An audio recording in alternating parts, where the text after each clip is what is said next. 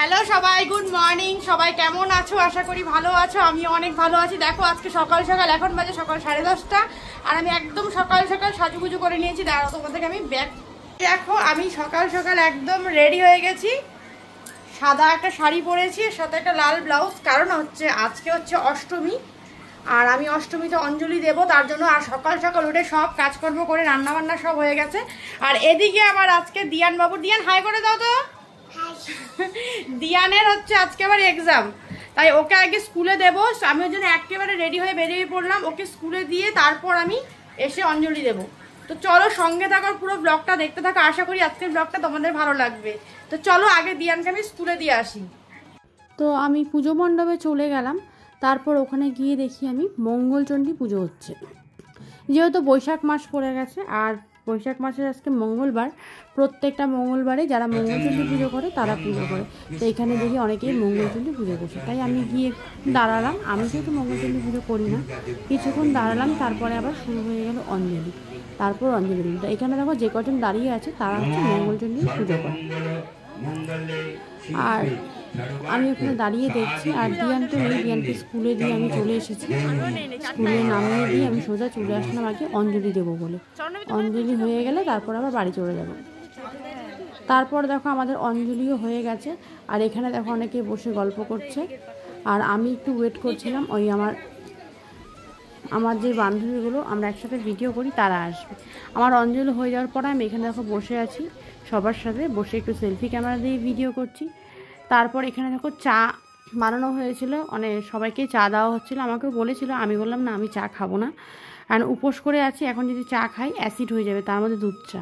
কারণ বিকেলবেলা আবার সন্ধি পুজো হবে, তাই একবারে সন্ধি পুজো করার পরেই উপোসটা ভাঙবো।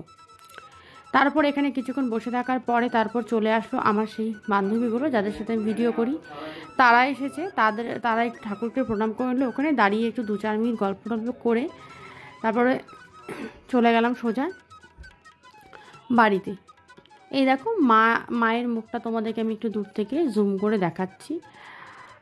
আর এখন তো ভিড় তেমন নেই, কিন্তু দেখবে সন্ধ্যাবেলার দিকে প্রচণ্ড ভিড় হয়। অষ্টমী আর নবমী তো খুবই ভিড় হয় সন্ধ্যাবেলার দিকে। তারপর আমি দেখো একটু সেলফি ক্যামেরা দিয়ে ওদের সাথে ভিডিও করছি, হাসাহাসি করছিলাম। তারপর আমি ওই শাশুড়ি মা পিছনে দাঁড়িয়ে চলে আসলাম সোজা বাড়িতে। তো আমি তো অঞ্জলি দিয়ে চলে আসলাম, অঞ্জলি দিয়ে চলে এসেছি। আর এদিকে দেখো চলে আসছে আমার যে বান্ধবী মিষ্টি আর মনিকা। আমরা হাই করে, এই যে হাই। তো তোমরা তো চেনোই ওকে, কারণ ও আমার সাথে রিলস বানায়। তোমরা অনেকেই দেখো, আমাকে জিজ্ঞাসাও করো কে এটা। এটা হচ্ছে ওর ছেলে আর আমার ছেলে একই সাথে স্কুলে পড়ে, সেই সূত্রেই আমাদের ফ্রেন্ডশিপ। তো এখন ওই আমরা দুজনে একসাথে ভিডিও করি। ও যেহেতু ভিডিও করে, ওরও চ্যানেল আছে, তার জন্য। তো এখন ওই আমরা চলে এসেছি আমাদের বাড়ির ছাদে, যেখানে এই দেখো জায়গাটা, যেখানে আমরা রিলসগুলো করি। বেশিরভাগ রিলসই আমার এই ঠাকুর ঘরের বারান্দাতেই করা। আর আজকে অষ্টমীর জন্য আমি এই সাদা শাড়িটা পরেছি আর একটা লাল ব্লাউজ দিই। একটু ব্যাক ক্যামেরা করে দেখ। তারপর দেখো আমি একটু রিলস করছিলাম, ওদেরকে বললাম তো আজকে মিষ্টি বলে কি তুমি সেজেছো, আমি সাজিনি, আজকে আমি রিলস করবো না, তুমি একাই করো।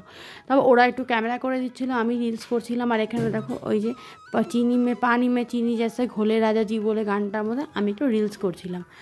আর এইটা একটু ভিডিও করে দিয়েছে মিষ্টি ব্লগের জন্য। তারপর ক্যামেরাটা করে দিচ্ছিল আমাকে মনিকা। তারপর ভিডিও হয়ে গেল, নিচে চলে আসলাম। ফাইনালি দেখো আমি বেশ কটা ভিডিও করলাম। রিলস অনেক দিনই করা হয় না।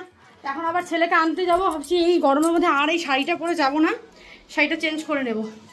তাই আমি দেখো একটা কুর্তি নিয়ে নিয়েছি, ফটাফট চেঞ্জ করে নিই, তারপরে যাব। টাইম হয়ে গেছে 1টা বাজে, তো আমি আগে ফটাফট চেঞ্জ করে নিচ্ছি।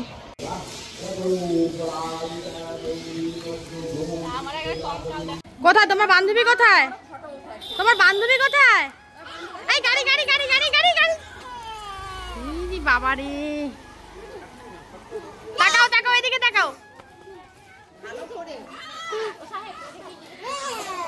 এ রাম ওটা কামড়াচ্ছে, ব্যাক কামড়াচ্ছে। দেখ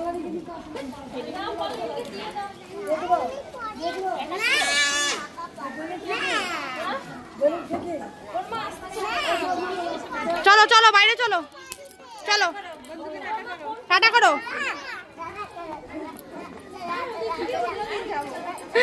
ও রোজ ওকে নিয়ে যাওয়ার জন্য ব্যস্ত।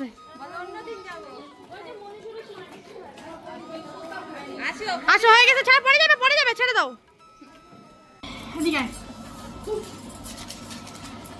স্কুল থেকে নিয়ে আসলাম দিয়ান বাবুকে। আচ্ছা এক্সাম কেমন হয়েছে? পরীক্ষা কেমন হয়েছে? কি আসছিল পরীক্ষা? কি ছড়া বলছে? কোন কবিতাটা বলছো বলো তো আমাকে। বলছো ছড়া কি বলছো? রঞ্জিত সিং বলছো নাকি বড়ল বলছো? কোনটা বলছো? এটা বলছো? ঠিক আছে, রেস্টার্ট করো। তো স্কুল থেকে নিয়ে আসলাম দিয়ানকে, এখন বাজে 2টো, মানে আরেকটু আগেই আসতাম। ওই যে বাড়ির সামনে মন্দিরে যে পুজো হচ্ছে ওখানে আবার একটু দাঁড়ালাম, 10 মিনিট সবার সাথে একটু কথা বললাম, তাই একটু লেট হয়ে গেল। এখন ওকে একটু হাত পা ধুয়ে ফ্রেশ করিয়ে তারপর ওকে খাওয়াবো। আবার 3:30টার থেকে ওকে মিস পড়াতে আসবে, প্রাইভেট টিউশন পড়ে যে 3:30টায়। ওকে আবার 3:30টায় পড়াতে আসবে। আমার আবার 4টা থেকে সন্ধি পুজো আছে। আমি তো উপর সকাল থেকে, সকালে আচ্ছা সকালে অষ্টমীর অঞ্জলি দিয়েছি আর সন্ধি পুজো হবে 4টার থেকে। পাক্কা 4টার মধ্যে আমি আসার সময় এখানে ছিলাম, আসার সময় জিজ্ঞাসা করে আসলাম, বললো পাক্কা 4টার মধ্যে বসে যাবে পুজোতে। তাই আমাকে আবার 4টার মধ্যে আবার শাড়ি পরে যেতে হবে পুজো মণ্ডপ। কোথাও না, মন্দির। তোমাকে নিয়ে যাবো তো। ও বাবা খুব দুষ্টু, খুব। সবাই দেখছে তোমাকে, সবাইকে হাই করে দাও তো, বলে তো হ্যালো গাইস, লাইক করে দিতে বলো তো। তারপরে আচ্ছা শোনো বাবা, পড়ে যাও। আচ্ছা ওই যে কি হয়েছে বলো, দিদা কি আনছে তোর জন্য? দিদা আসছে তো, আসছে বাড়িতে ঘুরতে গেছিল না দুজন, বাড়িতে আসছে। তোর যে গেঞ্জিটা কোথায়? আমি অ্যাকচুয়ালি কানের পরি না তো, কথা বলতে দে। শোনা আর আজকে কানের পরে আছি সকাল থেকে, ওই সকালে রেডি হয়েছিলাম তখন থেকে আমার এখন কানটা ব্যথা করছে, ভাবলাম একটু খুলে রাখি, আবার যখন যাবো তখন পরবো। আসলে কানের না পড়তে আমার এই দশা হয়ে যাবে, মানে আমি পড়তেই পারি না। এদিকে আয় না বাবা, এদিকে আয়। কত বড় বড় কানের গুলো এখানে রেখে দিই। আমার পুরো কান মানে ব্যথা হয়ে গেছে। আসলে কানের আমি পড়তেই পারি না, আমি যখন কোথাও যাই তখন শুধু পড়ি আর এসেই খুলে রাখি। আর সেই কথাই বলতে দিচ্ছে না আমাকে, দূরে তো দেখাই যাচ্ছে না। চলো সঙ্গে দেখো, পুরো ব্লগটা দেখতে থাকো। আমি ওকে খাইয়ে নিই, একটু ওকে ফ্রেশ হাত মুখ ধুয়ে নিয়ে আসি, তারপরে বন্ধ করে দেওয়া। উপরে কোথায় যাবা? এখন তো মন্দিরে যাবো, তারপর তো আচ্ছা মন্দির থেকে এসে মামা বাড়ি যাবো। হ্যাঁ তো দেখো আবার রেডি হয়ে গেলাম। এখন বাজে দেখো 4টে বাজে পাক্কা। আর এই 4টার সময় সন্ধি পূজায় বসার কথা, আর আমি যেহেতু সারাদিনই উপোস আছি, সন্ধি পূজা অঞ্জলি দেবো, তাই এই যে দেখো আমি একটা শাড়ি পরে নিয়েছি রেড কালারে, আর দিয়ানকেও রেডি করে দিয়েছি। এবারে গিয়ে সন্ধি পুজো অঞ্জলিটা দেবো। তো চলো তোমরাও সঙ্গে থাকো, পুরো ব্লগটা দেখতে থাকো, আমি যতটা পারবো তোমাদের সাথে শেয়ার করবো। তারপর চলে গেলাম আবার সন্ধি পুজো 4টার থেকে বসার কথা, আর আমি কিন্তু পাক্কা 4টার মধ্যেই পুজো মণ্ডপে চলে এসেছি। এখানে এসে দেখি সন্ধি পুজোর আয়োজন চলছে। ওইখানে যে একটা ঝুড়ি দেখা যাচ্ছে না, সেই ঝুড়িটার মধ্যে আছে পদ্ম ফুল, যেটা দিয়ে সন্ধি পুজোয় 108টা পদ্ম ফুল লাগে, তোমরা জানোই অনেকে। আর এখানে 108টা প্রদীপ বড় মানকচু পাতার মধ্যে সাজিয়ে দেওয়া হয়েছে। আর যারা সন্ধি পুজোর উপোস করেছে তারা দেখো প্রত্যেকেই এখানে বসে আছে পুজোর জন্য। আর এই যে এখানে অষ্টমীর সকালবেলা যারা ভোগ দিয়েছিল মাকে, সেই ভোগগুলো এখানে রেখে দেওয়া হয়েছে। আর আমি দেখো এই যে বসে আছি, গরম, ভালোই গরম লাগছিল তখন। আর আমি একটু বসে ফ্যানের সামনে বসেছি, হাওয়া খাচ্ছি, আর দিয়ানকে পাশেই বসিয়ে রেখেছি। তারপরে এদিকে দেখো ওরা তো সব আয়োজন করছে, আর আমি বসে দেখছি। আমার এখানে কিছু করার নেই, কারণ দিয়ান খুব ছোট, আমি ওখানে গিয়ে সেরকম কিছু করতে পারি না। আমি ওই এক জায়গাতেই থাকি আর পুজোর সময় পুজোটা দিই। আর তাও এবছর আমি ঠিকঠাক যেতেও পারছি না, কারণ আমার শরীরটা বেশি ভালো নেই, আর দিয়ানেরও পড়ার একটু চাপ। আর এখানে দেখো একটা কাকু ভিডিও করছে, উনি কিন্তু বিএসএফ অফিসার, ভীষণ ভালো কাকুটা। তো তারপরে দেখো পুজো অলরেডি বসে গেছে, ঠাকুরমশাই ধুনুচি সব কিছু একদম ধরিয়ে রেডি করে দেওয়া হয়েছে। এখনই পুজো শুরু হয়ে যাবে।